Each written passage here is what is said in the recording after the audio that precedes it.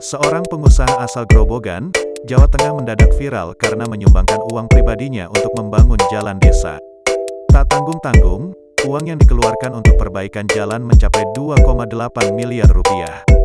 Hal ini dilakukan karena pengusaha tersebut kesal jalan desanya tak kunjung diperbaiki selama 20 tahun. Bapak tiga anak ini prihatin melihat kondisi jalan desanya yang rusak selama puluhan tahun. Apalagi jika hujan turun, kondisi jalan semakin parah. Hal ini membuat Joko Suranto sering merasa kesusahan saat mudik. Berawal dari keprihatinan ini, Joko lantas berpikiran untuk membangun jalan desa sepanjang 1,8 km dengan uang pribadinya. Diketahui, Joko Suranto adalah seorang pengusaha real estate di Bandung, Jawa Barat.